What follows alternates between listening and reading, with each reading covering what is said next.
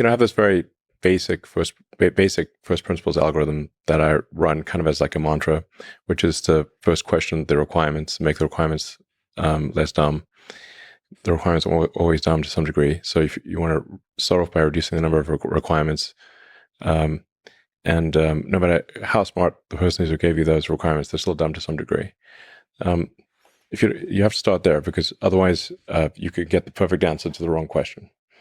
So try to make the question the least wrong possible. That's what questioning the requirements means. And then the second thing is try to delete whatever the step is, the part or the process step. Sounds very obvious, but people often forget to try deleting it entirely. And if you're not forced to put back at least 10% of what you delete, you're not deleting enough. And it's somewhat illogically, people often, most of the time, feel as though they've succeeded if they've not been forced to put things back in. But actually they haven't, because they've been overly conservative and have left things in there that shouldn't be. So, and only the third thing is try to optimize it or simplify it.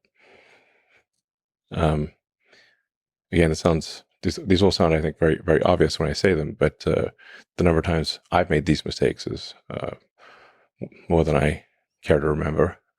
That's why I have this mantra. So, in fact, I'd say the most common mistake of smart engineers is to optimize a thing that should not exist. Right.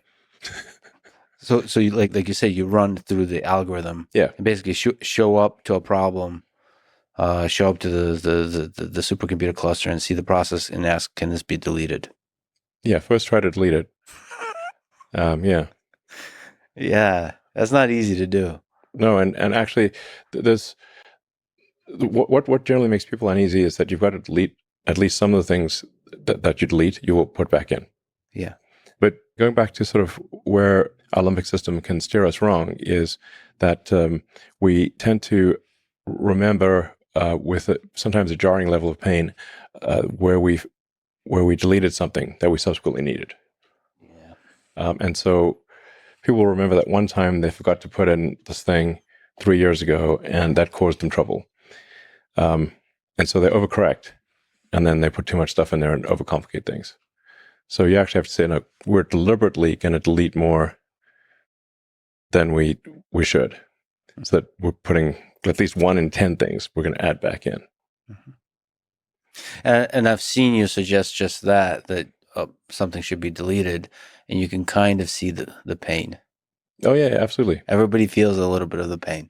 Absolutely. And I tell them in advance, like, yeah, there's some of the things that we delete, we're going to put back in. And that people get a little shook by that. But it makes sense, because if you're so conservative as to never have to put anything back in, you obviously have a lot of stuff that isn't needed. So you got to overcorrect. This is, I would say, like a cortical override to a limbic instinct. One of many that probably leads us astray.